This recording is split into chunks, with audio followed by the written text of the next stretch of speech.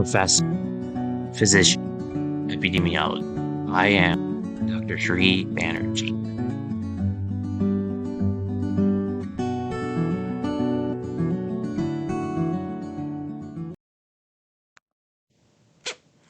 Hello, I'm Dr. Sri Banerjee, core faculty for the College of Health Sciences and Public Policy at Walden University. And in this video, I'm going to be going over a couple of things. First of all, I'm going to be going over some toolkits that are available within the Equator Network. I have lectured on the Equator Network previously, but not with the focus of developing a research problem and trying to go through these particular checklists.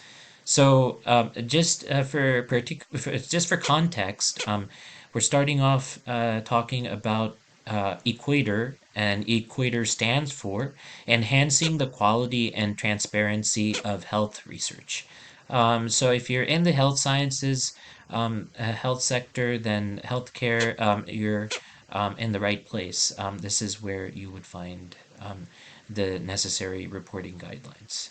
Now, when you're looking under what type of reporting guideline you want to be focusing on, there are quite a few listed. Now, if you are a pharmaceutical company listening to this lecture, and you're running clinical trials, then randomized trials would be the best fit for you. In all seriousness, if you are in healthcare and if you see patients and also just being accustomed to how randomized trials are reported, you can use the consort guidelines. Now, the vast majority of epidemiologists, people that are in public health, and other researchers will probably be conducting either strobe observational studies. So, this would include cross sectional, but not limited to. Then, of course, case controls, and then longitudinal study types such as prospective and retrospective cohort studies.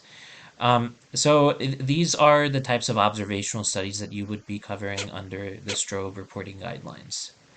Now, systematic reviews, that's PRISMA. But the one I want to focus on is strobe. What does strobe stand for? The Strengthening the Reporting of Observational Studies in Epidemiology statement. And so I want you to kind of get used to seeing these checklists, and these are specifically geared towards the type of study that is being conducted at the time. And so the one I'm most interested in is talking about the cross-sectional study. So now I'm going to tell you more about the strobe statement, and these are the checklist of items. And then I'm going to transition over to talking about how some of the more kind of concise checklists provides you with specific guidelines for a problem statement. So let's look at this first, and I'm going to focus in on things that are important. So providing the abstract isn't too important for our purposes, but introduction, looking at maybe some pre-specified hypotheses. This is where you would be getting your problem statement potentially. And then, of course, this explains the scientific background. So, if this is your first time, maybe even writing a research paper, this is a good reference point. Usually, it's in the IMRAD format. So, just for context, it's introduction, methods, and then results, and then discussion. So, just throughout quickly, I urge you to kind of go through this. There's important details here to be looking at. I think looking at the fact, what are the outcomes, what are the exposures, what are the predictors, what are the potential confounders. These are all, and effect modifiers, these are all important aspects to be paying attention to when you're looking um, at a quantitative study. Of course, sources of biases are important. What were they?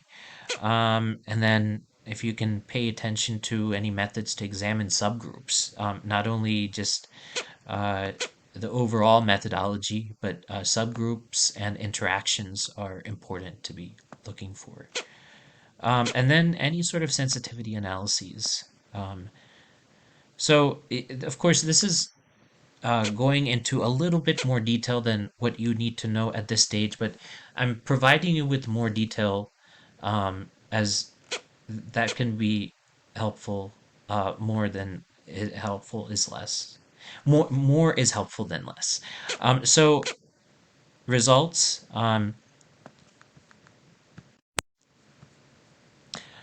So now that you have been introduced to an important type of checklist, the strobe checklist for quantitative studies, now I want you to take a step back and look at some of the broader aspects to pay attention to, and that is included within your literature checklist. As you saw, there is a specific format, the IMRAD format, that I introduced to you. Now, when you look at the journal article, take a look at that organization system and see if there's some sort of problem that is being addressed, or a gap introduced, or a theory that is being introduced, or is it research questions, hypotheses? Not all, many journal articles, in fact, depending on the discipline, don't actually have the research questions listed within the journal article. Now, comparing results with existing literature or predictions, this is something that is very important, especially in the discussion section, because you want to contextualize your findings with what has been already uh, found by other researchers. You want to compare these findings. Did the author mention the problem addressed by the study? Was it does it seem like the questions were answered? Is the purpose of the study stated? Are key variables in the study defined? Was it clear what variables were being measured? Sometimes, information about the sample population, these things might be included within a table or a figure, but not within the body of the literature. So this might make for confusion. So just look for these things. Are sources cited to support the points, and then citations, recent ones, preferably in the last 5 years.